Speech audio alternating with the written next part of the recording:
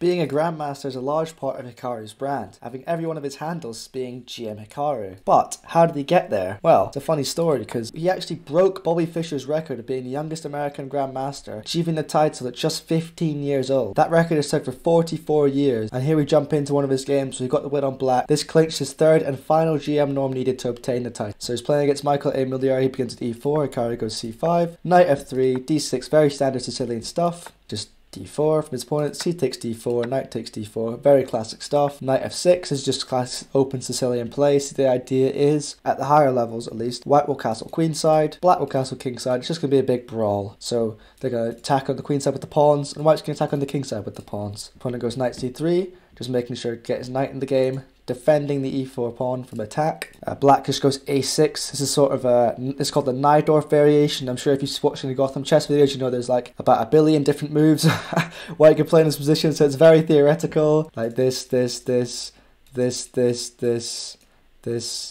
I mean, the list just goes on. There's a lot of theory here.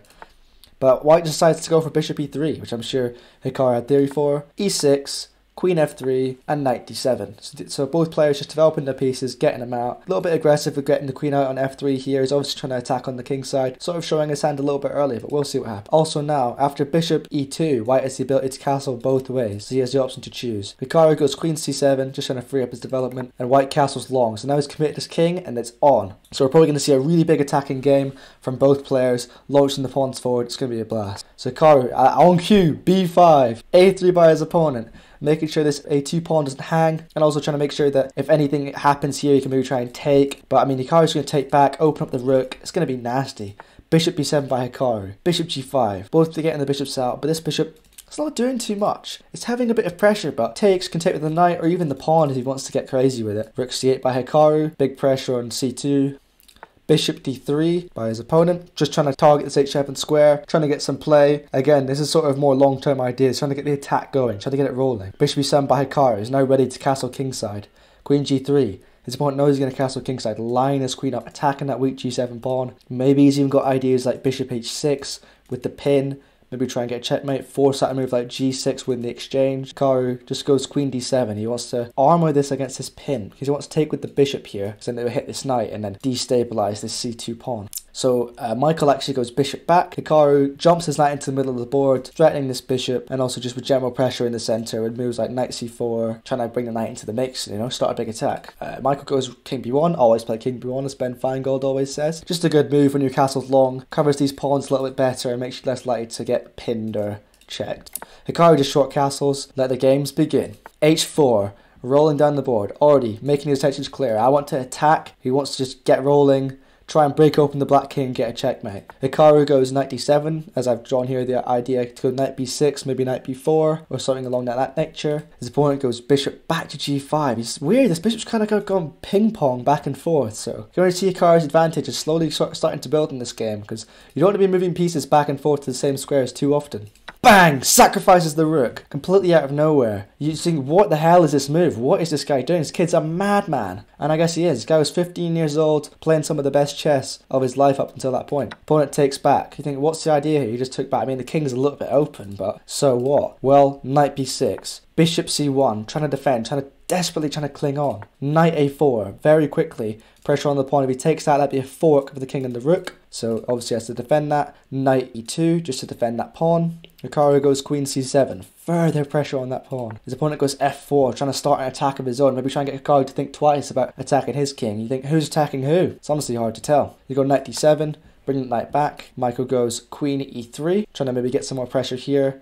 Maybe if you can move this pawn, try and get something started along this diagonal, but it seems like it's a bit far-fetched and a bit long for that to occur. Hikaru goes bishop f6, and then Michael goes bishop d2. And Hikaru just follows up quickly, a quick rook c8. Again, further pressure on this c3 pawn. It's the focal point of Hikaru's attack here. And Michael just goes crazy, loses his mind. Connect 4 vertically. He's got the Great Wall of China attack or something. This guy's going crazy. The idea is just going to try and roll down the board, trying to attack Hikaru's king, but it's not very often you see pawns, all 4 of them, lined up like this, so bit of an interesting game for that reason. Hikaru just goes d5, trying to break in the center, sort of clarify it. Obviously, if he's trying to open up too many files, he's only got 1 rook, so it doesn't really matter. His objective is more to sort of get this bishop in the game, and get the other bishop in the game for that matter as well, because obviously open board helps the bishops. So Michael closes it down, blocks the dark square bishop, says you can't do that. Hikaru goes, okay. Bishop e7. I'm just going to target your a3 pawn if you really want me to. Bishop c1. He's got to do that again. Again, his dark square bishop, what's it doing? Just ping, ping, ping, ping, back here, back again. It's just like, it's a thankless defensive task for this dark square bishop for white. And this is the critical move of the game, d4. And you're just thinking, that's a strange move. He's lost a pawn. What's he doing here? But actually, hits the queen, which is an important detail because, as you might have spotted, the rook on h1 is hit by the bishop. And this is a sort of a double attack. So the queen is hit, rook is hit, got to save the queen, so pawn takes pawn. But after bishop takes h1, rook takes h1, black's attack's just raging on. And now he's sort of won the exchange back. He's obviously still down a pawn, but the phrase is attacking for free. You know, now at this point he's almost not sacrificed a piece, but his attack is still going on. Look, b4, going to break the last line of defense, get the rook in the game, and get you checkmating white. Queen e4, obviously threatens mate in 1. Hikaru sees it, goes g6. But I mean, it's getting kind of dicey for Hikaru. King a2 played by his opponent, obviously trying to block these infiltrations from being as strong. Obviously, wouldn't go there, but maybe trying to get offline of this check as well, because he wants to move this knight maybe. Because if he moves this knight, it would have been a fork here. I guess it still is. So he's got to be very careful navigating this position, but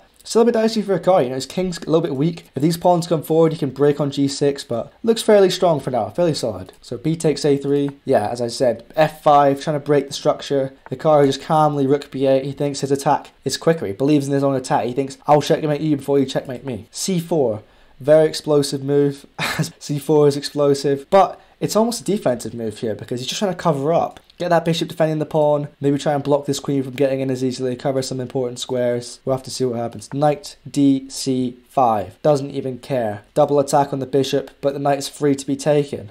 D takes c5, of course, the opponent obliges, accepting the sacrifice. Then we have knight takes c5. He really wanted rid of one of these pieces, and he's going to get it done by any means necessary. Queen moves, Hikaru takes the free pawn, bishop takes a3, skewering the bishop through the knight, and knight takes d3. So this is obviously, if this bishop moved and took here, it would be mate in 1 on b2, protected by the rook and the knight. So you go queen d3, Hikaru goes bishop takes a3. Now his attack is basically broken through at this point. We have knight c3 on the board, queen a5, protecting the bishop. And his opponent in this position goes queen c2, just trying to desperately defend all these last squares to sort of hopefully his king doesn't get checkmated.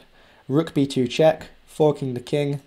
Well, it's a double attack actually. Double attack on the queen and the king defended by the bishop. Queen takes b2, bishop takes b2 check, discovered with the queen. King takes b2, and after queen b4 check, Hikaru's opponent resigned the game, giving Hikaru the berth to clinch his final grandmaster norm and become the youngest grandmaster in North American history. So I hope you guys enjoyed that one. Just more of my sort of game review style. I think I'll be doing more maybe tutorial videos in the future, maybe like a road to 1400 or like ELO guide for you guys. And I'll see you guys in the next one.